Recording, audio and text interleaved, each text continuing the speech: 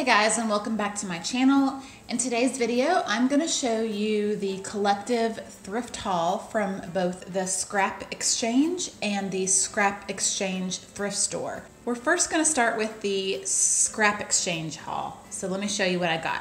So I have a small collection of vintage National Geographics.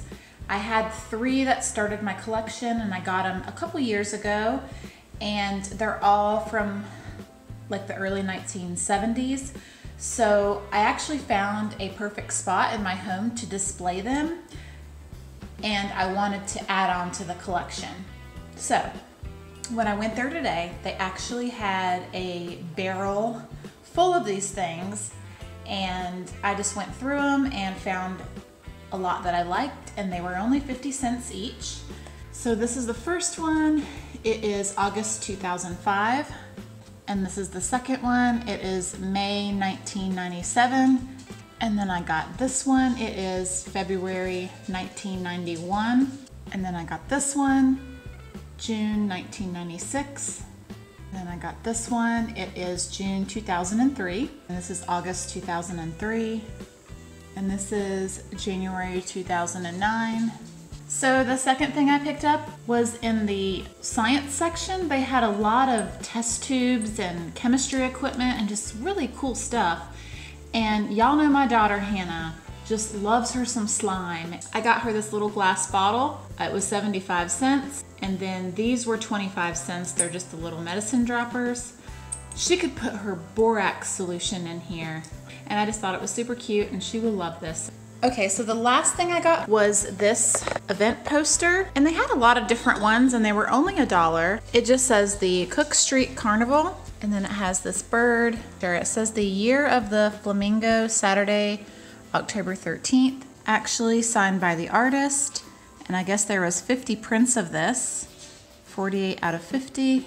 I'm gonna see if I can get a frame for that and hang that up in my spare bedroom. So the first thing I got from the Scrap Exchange thrift store was this box here. And it's actually a Peter Rabbit box. You can see the cute little Peter Rabbit there. And you open it up and it's got, you open it up and it's got a tray, and you lift it out and you could put stuff underneath it. So this was only $2. And I got this actually for one of my subscribers.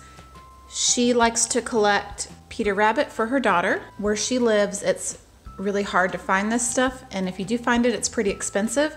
Like I was telling her, if she doesn't want to use the box, you could cut this top lid off and actually frame this and put it in a nice cute white frame or a wooden frame and just hang it as art. So the next thing I got was this really cool basket.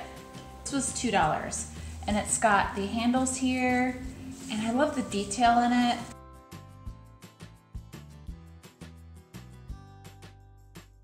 Okay, so this next thing I found is really cool. I really like this piece. It was $2, and it's a small wall hanging. It's probably about 7 inches by 7 inches. You hear that? It's got all these little tiny beans and herbs and dried seeds and stuff inside of it, and I just thought it was so cute to hang in my kitchen. So anyway, it's got this nice little saying on the back, and it is from Gilly Flowers, Herbs and Dried Flowers, 24 High Street, Winslow in Bucks. And I looked that up, and that's actually in a little town in England, so I thought that was really cool. This one is just a small glass jar. It was 25 cents.